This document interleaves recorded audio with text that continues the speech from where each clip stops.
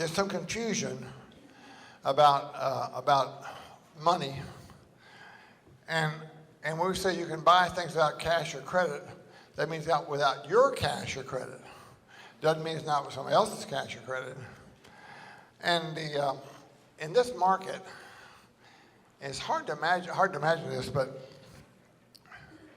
first, when the real estate market bubble began to crack a little bit in 2005, if you check your stock pages, Cameron, you're here, am I right in saying that's about when the stock market started surging up again, as the money flew out of the real estate market and flew back in the stock market where it came from?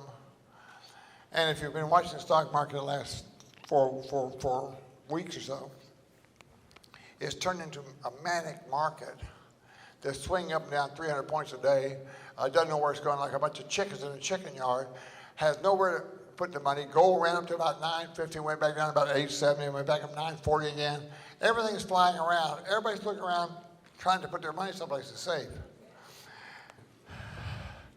I don't know anybody that even suggests that we're going to have orderly financial markets with the incoming administration. The biggest financial resources in the market, probably now and for the next few years, is going to be the private money that's sitting out there on the sidelines not knowing what to do. Now, does anybody here know anybody that has an IRA of any type or qualified pension plan of any kind? Anybody know anybody like that? Do you know whether or not they're actively working it, making it work, using all that money, putting it to work? See, there's only about $3 trillion in those private pension plans. I don't mean the union pension plan, I mean the private pension plans. That's a T, trillion. There's so much money out there you can't believe it. And it's scared of the stock market, it's scared of the real estate market, it's scared money, and a lot of it's just sitting there in a bank account somewhere. Does anybody know anybody that has a significant amount of money in the bank right now? Anybody? Those same people would love to hear about something they can understand. A deal they can understand. Love to hear about something. Nothing fancy. Not a whole bunch of other people going to do something. Not raise coconut trees and coconut reeds. None of that stuff. Not land swindles. They'd like to hear something they understand. You put your money down, and you get this much money back. And I won't guarantee it, but if it makes sense to you, you can do it. It doesn't sound refreshing. Put your money down, get your money back. Get this much profit. And no one's working that market.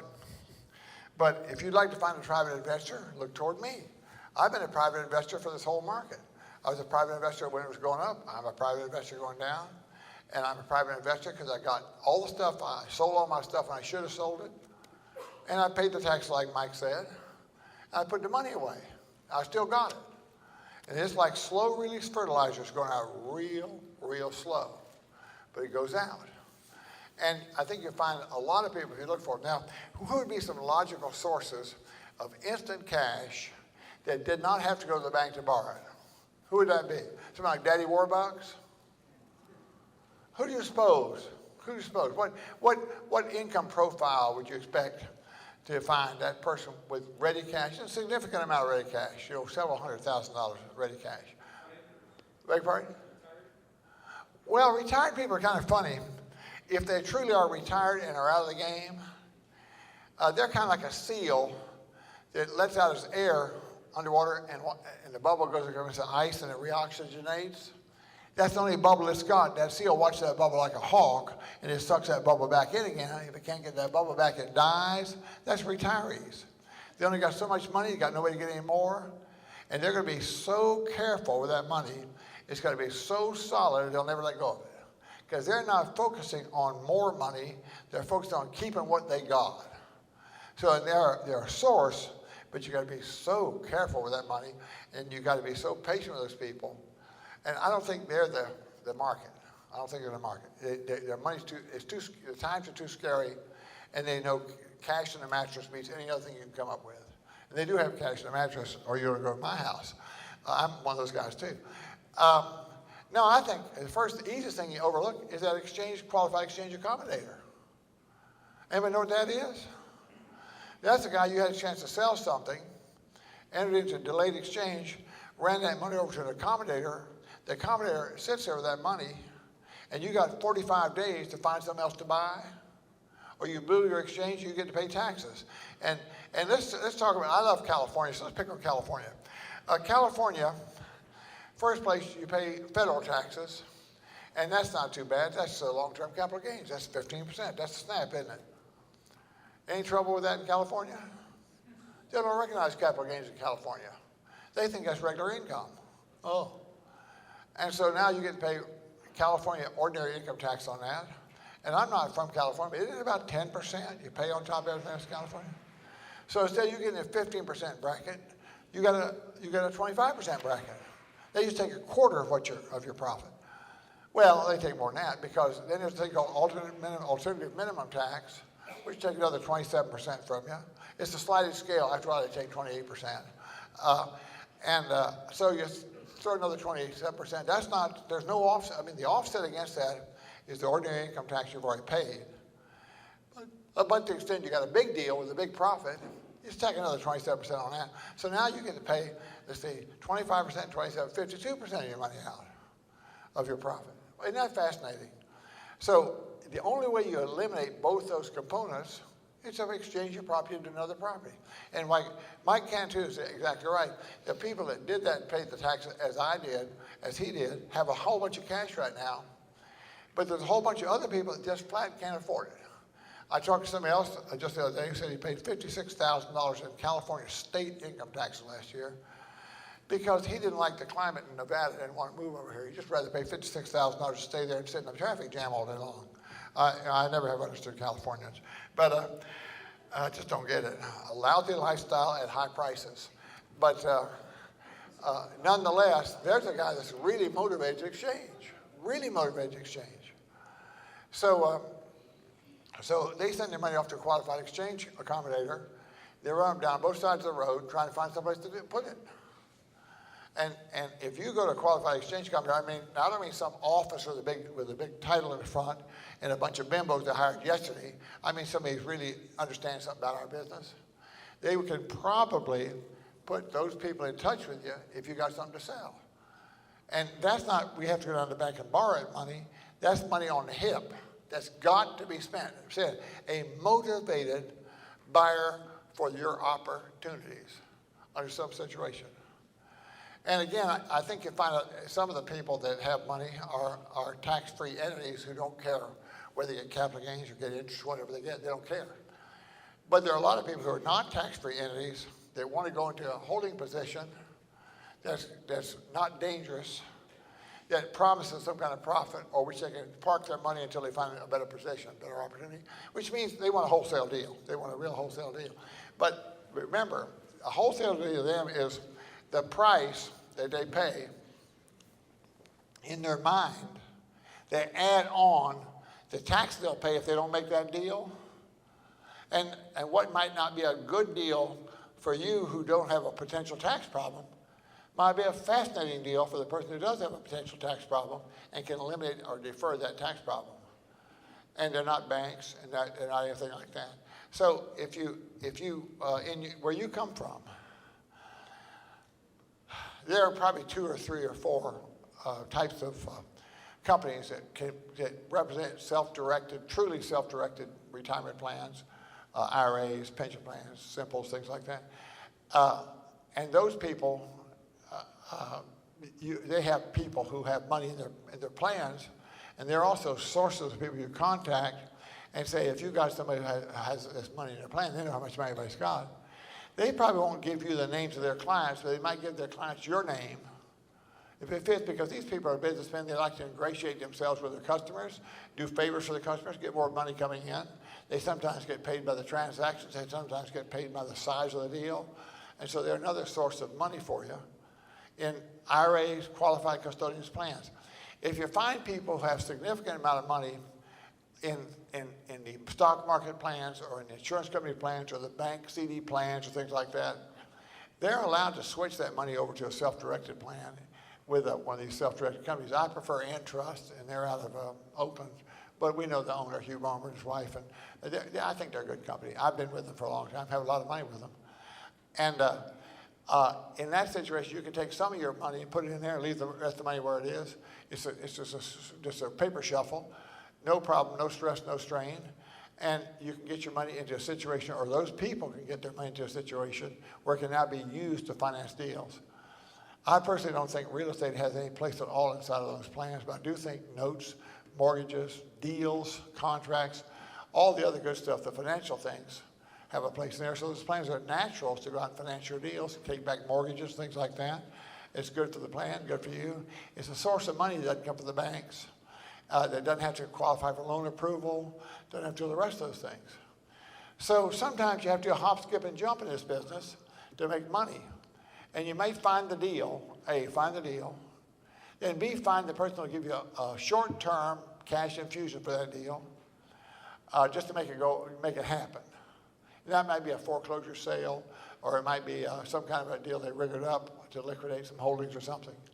And then have the next person lined up to come in as the long-term investor out of these qualified intermediaries or the plans or whatever, come as long-term investors and bail the deal out long-term.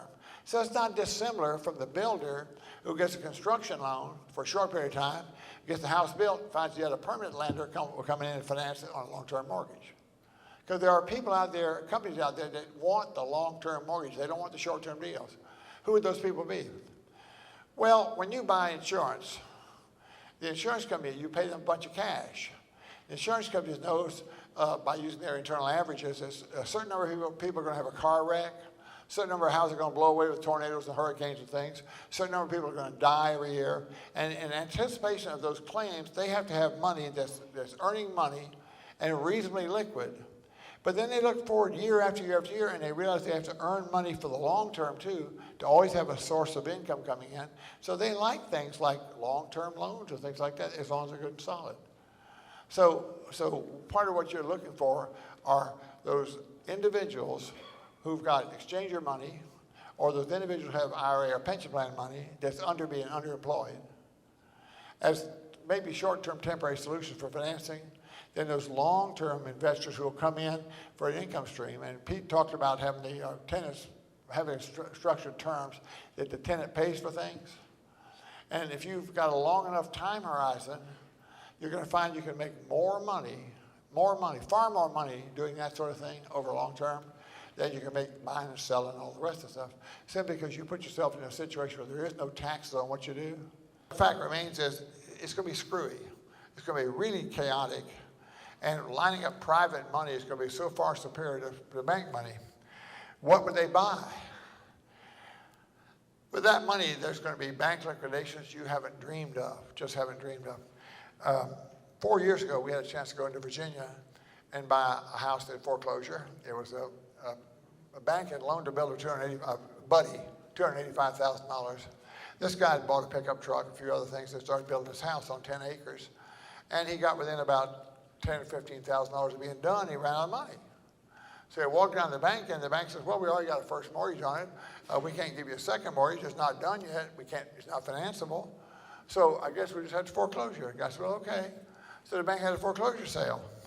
So the bank, being a typical bank, bid it in at the mortgage balance, which is what they've been doing all along here. But in that little area in Virginia, they had regulators that paid attention to business. About 60 days or 3 months later, they went to the bank and says, we got a new program for you. You're not in the real estate business, you're in the bank business. But you begin to look like you're in the real estate business. So you're going to have a liquidation sale and you can't bid at the sale. That's when they called me and I woke up and says, well, we'll go down and bid at the sale. So we opined if they had loaned $285,000 in this house, it was going to take $10,000 or $15,000 to finish it. We might as well offer $85,000 for it. That seemed symmetrical. We could make that work. So there were two bidders at the sale. There were us and some buddy of the bank president who bid it at 90. So there's going to be initially that kind of stuff's going to go on. Those buddy deals are going to go on where the bank basically, the banker robs his own bank by using a buddy and ends up with the bank assets until he runs out of money or his buddy runs out of money. So initially, in this kind of a market we can look forward to, there'll be a real spotty opportunity because a lot of foo-fight's going to go on there. But these things don't last just a day and a half. They last for a while. Any of you older folks remember the RTC? That went on for like 2 years, didn't it? And they were offering me packages of loans for 1.5 cents on a dollar. 1.5 cents on a dollar. Now, I had to go out and foreclose people and shake down the property. I had to go to work. And it was too much trouble for me, but it wasn't too much trouble for a lot of people. And people made millions and millions and millions of dollars in that period. And those same, and remember, the RTC will be about 1/10 as big as the next one. Because the savings and loan industry was a little tiny industry compared to the banking industry. And the problem is much more pervasive. There was no $4 gasoline, $5 gasoline 20 years ago. We weren't in hock to the whole world for everything we can produce. We still had factories in America. We're not in anywhere near as good a shape. We weren't fighting a war. We're nowhere near as bad a shape then as we are today. And the banks weren't near as big a trouble as they are today. And there's going to be fantastic buying opportunities out there if you can buy and hold and wait for the market to come back or for your profit to come in. And as Pete said, buy it under terms and conditions that the house will cash flow. So that's a cash game. When you go to liquidation sales, like any auction or anything else, it's usually a cash game. There are a few exceptions. SBA, I'm trying to say it right, get my things. SBA auctions usually often provide financing, but most of the auctions are cash deals. Eventually, maybe you have 30 days to raise it, but it's still a cash deal. So you've got to be thinking in terms of private financial sources that don't have to go to the bank and borrow the money. I'm tickled to death that these people say, I'm an investor, really. How about putting up $300,000 or $400,000 for me? Well, I'll go down to the bank and see if I can get it. That's not an investor. That's a borrower. Investors don't have to go down to the bank and get it. They say, well, how big a check? I got my checkbook right on me. How big a check shall I write? So they can write checks for what they got. Now, there's a couple of issues here. People with a lot of money in the bank, and I'm a person with a lot of money in the bank, are looking at these bank failures, and every week there's about 300 or 400 more banks go down. And you find all the fraud that's come to the public, to the surface of the banking industry. You say, how safe is my money in the bank? Well, there's FDIC, sure. And one bank that failed a few years ago, they paid the people off $750 a month. Now think about your bank balance. There's no interest involved. How do you think you'd feel about being paid off at $750 a month on your guaranteed 100 grand? Let's say if you have 100 grand, you get paid $750 a month. How many months does it take to get your money back? A while. It takes a while, right? So you feel good about your money already? So people with cash in the bank are reading the same pages we're reading. And it's nervous money. It's turning into nervous money. Now they read some more stuff. Nothing in the financial horizon says we're not going to have gangbusters inflation. Good old Jimmy Carter style stuff. Because we have in our cycle, we had a previous cycle in 30 years ago. And a guy named Lyndon Johnson ran the country broke, and then the dollar started going south. And then all that same bundle of good times, Richard Nixon devalued the dollar by 10%, reneged on all of our promises to support gold, sandbagged all of our buddies, and the whole world says we don't like dollar bills anymore. So in that era, I was a travel agent. I said a plane with 264 people. I chartered a plane, so I was not quite an agent, but I was in the business. Chartered a plane, sent 264 people to Paris. Everything paid, lock, stock, and barrel, all paid tax. They got to Paris, and they wanted to go out and buy an ice cream cone. Couldn't do it. That was not included in the package. And de Gaulle says, you guys are a bunch of flakes over in America. You're fiddling with your money. So the dollar is no longer currency in France, nor are credit cards. We do not want anything that says dollar hooked onto it. Francs, thank you very much.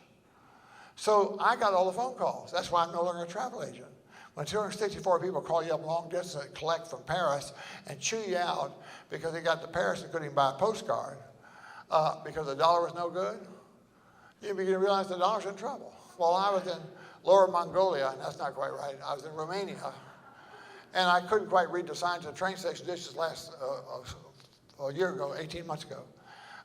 And I couldn't read the train signs. And a couple of guys came up and says, hey, we can read the signs. What you looking for? Well, I'm looking for this train. Can you get me on this train? Yeah. Run for it. The train's ready to pull out. So we ran down the thing, threw the bags on. I gave them a $5 bill. They handed it back. He says, give us something else. We don't want dollars. Give us something else. Turned down a tip, a freebie. Turned it down. Didn't want the currency. You don't really realize how much trouble we're in here because the newspapers aren't ever going to tell you, and you can bet your bones your government's not going to tell you. But the foreigners will sure enlighten you. When you go out and pay $175 a night for a bed and breakfast, which I did in France very recently, when you go out and pay $12 a half for gasoline, which I did in Italy very recently, within the last 6 weeks, you're going to find out that we're in deep doo-doo here. And all those foreigners that hold our debt instruments in dollar-denominated currencies are being sandbagged, and they're going to get even. They quit buying our stuff from our debt from us and stop lending us money. And when you think of this world without a credit system, just think to yourself, you go down and pay your bill at the hotel here, and they say, oh, didn't you hear the word? What? All credit cards in the United States are canceled because the banks are all busted. How could you even get out of the hotel without washing dishes? You see the problem you got? Think about that. No more credit card in the gas pump. Think about it. That's not going to happen, but that's when you talk about when you have credit problems. We get all of our money that you spend from foreigners. We don't produce anymore. We're Section 8 mothers in this room. You realize that? As a nation, we're a Section 8 mother. We can't support this country on what this country makes. So it relies on foreign governments to give us enough money to run our store. That $150 billion that went to shore up the economy, Ron Paul had it exactly right. We bartered from China so that we could go to Walmart and buy Chinese goods and give it back to China. It's a terrific boost for the Chinese economy. Didn't do much for us, and it was good for Walmart. Wasn't good for us. Well, I think this is how the world works. And you've got to anticipate and say, I've got to go to a whole different level of way of doing this. I've got to find this private money, that's nervous as a cat about it being in the bank, and wants to put it in something solid and concrete. So if inflation does hit, what they put it into is a tangible asset which will ride inflation like a surfboard, stay on top of the wave. It may not be liquid, but you're not having your equity wiped out in your money. You don't think of equity in a dollar bill. There's such a thing as equity in a dollar bill. Your dollar bill has gone down 50% in the last 3 years against the euro. 50%, that's a big drop against the euro. And all that really means is that Europeans can come here and buy something half price. So one lesson you learn is this. If you indeed have good property, really good property, that would be very expensive for us. It's dirt cheap for Frenchmen and Germans, anything in the Euro market or the English market. Dirt cheap. You should be advertising in the foreign press. You should be all over the internet and all those foreign press sites advertising like crazy because that's your market. Not Americans who can't get loans. Europeans who've got money coming out of their ears and they're scared to death to hold it anymore. They too want to get their money out of their pocket into private real estate. So you got to think, where's my market today? If no one ever even looks at a house, if nobody even considers it, then maybe I'm talking to the wrong folks. Maybe I should be talking to people who've got dollars they can't spend. And remember, if you sell something, if you're a Frenchman, you sell us something, and we pay you in dollars, those dollars are no good in France. They're only good here, and you got to repatriate them back to here. It's a lot smarter for you to buy American stock, right? A lot smarter for you to buy American real estate than it is for you to keep the money in France because it's going to keep going down. Get out of the dollars. And so looking for money, if you have a chance to buy a killer deal, look overseas for money and try to form alliances with people overseas. But if nothing else, at least advertise in foreign language papers, in foreign language ads, and say, come in and get on the bonanza. We're selling cheap in America. America half price. You got to think of it. Now, if you're buying slum property, they're not going to buy any slum properties. They don't much want multifamily. They're monster properties. But they would like nice waterfront, golf front, resort area, ski area, nice stuff that people would pay money to go to vacation there or live there seasonally. They like that stuff. So if you're in an area where it has seasonal rentals and they're solid, people keep coming in, put a for sale sign on the front and advertise in foreign language, because you may find that will be your sale. And that's a lot, and they won't be near as critical about price because they're down with cheap dollars. We're the new gooks, us. They're going to be giving our chocolate bars to our sister pretty quick. We're third world, and in the real estate business, and don't overlook that if you got those kind of properties. Now, when you find these people where you're looking for private lines of credit from, I used them in the 70s when I was a broker, and I'm trying to make a living as a real estate broker. And I knew I could sell good deals, but I couldn't afford to buy good deals. So I lined up people, and we found two guys really, One guy had $4 million in checking accounts in the local bank. Are there any bankers in here? Any bankers in here? Well, let me tell you how the banking is. We have what they call a fractional reserve system. The Federal Reserve, and use some round numbers. If you have a long-term demand deposit like a CD or something like that, they'll only give you about $10 credit for every dollar you got in the account. If you have first mortgages, they'll give you about $10 credit for every dollar you got in first mortgages, if there's nothing funny about the mortgage. So if that bank goes through a foreclosure, and let's say they lose $100,000 between what they held in the first mortgage and what they really got at the foreclosure, then they have to reduce the reserve by $100,000. That means the Federal Reserve reduces their line of credit by $1 million. Understand yet? When the Federal Reserve reduces their line of credit by $1 million, their stock price jumps down about 10 or 15%. And a whole bunch of investors get mad and sell out and go, and the bank is really, really weak. Now, can you see why banks like Bank of America bought Countrywide with all those bad loans? And they got a deal where they don't have to call them bad for a while. But can you imagine what would happen if Bank of America, now the owner of Countrywide, were to fess up and admit they had a bunch of bad loans? What would happen to their reserve account, the Federal Reserve Bank? Devastating. Devastating to them.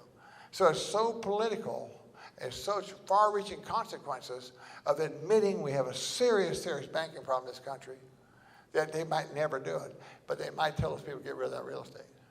They might do that. So if the same private investor that would help you buy that real estate has got his money in the B of A, he doesn't like it being there. I got money in the B of A. I don't like it being there. And it's on the street. Let's go make a deal. And so look for those people. Look for those people who've got money with qualified intermediaries, who've got to spend it in 45 days. Look for those people who've got pension plans that are self-directed. They can spend the money, and they got the money sitting in things like the stock market. What happens to the stock market when there's no credit? Every time there's been a run on the stock market, it's been saved by what they call injections of liquidity. That really means that they put enough money in the market that people can afford to buy the stock. Can you imagine a stock market where nobody can afford to buy the stock? They understand that's a bad situation. And that's why the government's always there poised to offer liquidity, the Federal Reserve. But it's just to keep the darn stock market going nutty. And when you see the seriousness of the problem, then you know you should have your money in houses. Your old age money, the money to tow your stock, you should have it in something that's a tangible asset so that a crooked bookkeeper can't lie about and lull you into a sense of security. You need your property and hard assets. And you should be talking to your private investors exactly that way. Exactly that way.